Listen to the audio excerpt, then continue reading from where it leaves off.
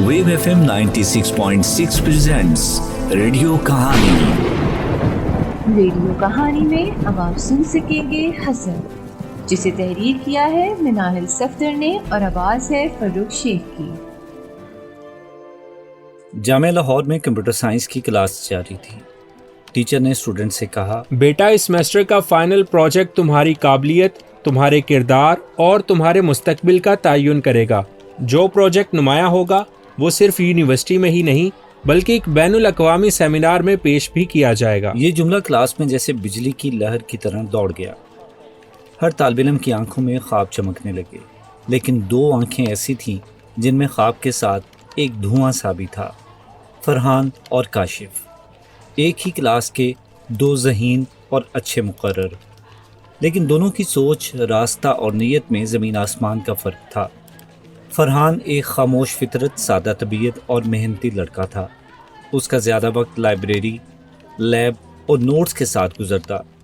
वो ना खुद नुमाई करता, ना बात बात पर नंबर बनाता, लेकिन उसके अंदर एक शोला था जो सिर्फ इल्म के लिए जलता था। काशिफ बरक्स मिजाज का था, ज़ाहरी तौर पर खूबसूरत, खुश गुफ्तार, हाजिर जवाब और मकबूल, लेकिन उसकी ज़हनी ज़मीन में जो बीज उग रहे थे वो ख़ुद को दूसरों से कम महसूस करने के थे, और वो बीज आहिस्ता आहिस्ता हसद का जहर बन रहे थे। फरहान ने फ़ाइनल प्रोजेक्ट के लिए एक गैर मामूली आइडिया चुना। इस प्रोजेक्ट पर वो सुबह से शाम तक काम करता, कभी सेंसर्स की वर्किंग चेक करता, कभी कोडिंग में उलझता और कभी डाटा एनालिसिस में गुम हो जाता। उसकी आंखों में नींद कम और मकसद ज़्यादा होता था। काशिफ का कहना था कि इतनी मेहनत का क्या फ़ायदा, आखिर में तो टीचर अपनी मर्ज़ी ही करते हैं। मगर जब फरहान के काम को टीचर्स ने सराहना शुरू किया तो काशिफ की तंजिया हंसी आहिस्ता आहिस्ता खिंचने लगी। फरहान के प्रोजेक्ट का ट्रायल कामयाब हो गया। पूरा हॉल तालियां बजाने लगा।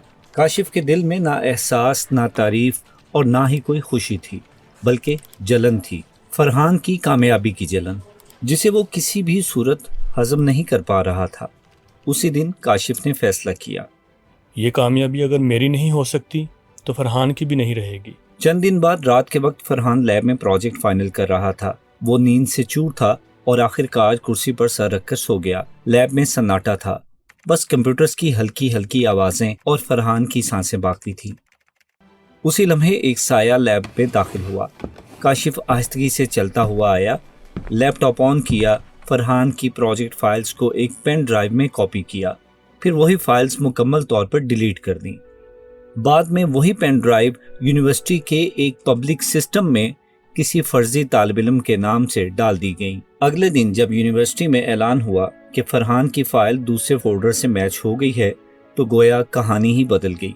फरहान के हाथों से जैसे वक्त फिसलने लगा। जो प्रोजेक्ट उसकी ज़िंदगी का ख्वाब था वो अब उसकी बेइज्जती का बायस बन रहा था। फरहान ने अपना मौक़िफ़ दिया, लेकिन बग़ैर सबूत के उसकी सच्चाई वज़न खो बैठी थी। इस वाक़े के बाद फरहान अब अक्सर खामोश रहने लगा।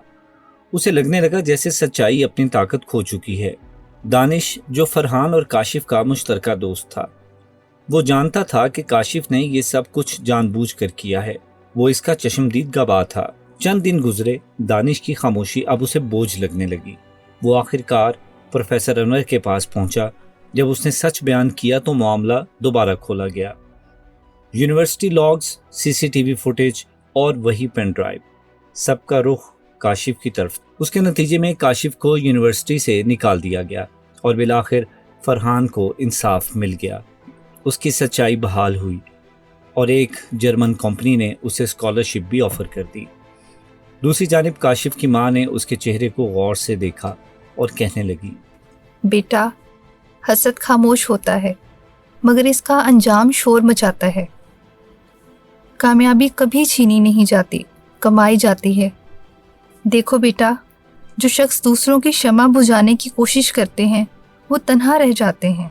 काशिफ ने शर्मिंदगी का इजहार करते हुए अपनी माँ से माफ़ी मांगी और ये अहद किया कि वो दोबारा कभी किसी की कामयाबी से दिल बुरा नहीं करेगा।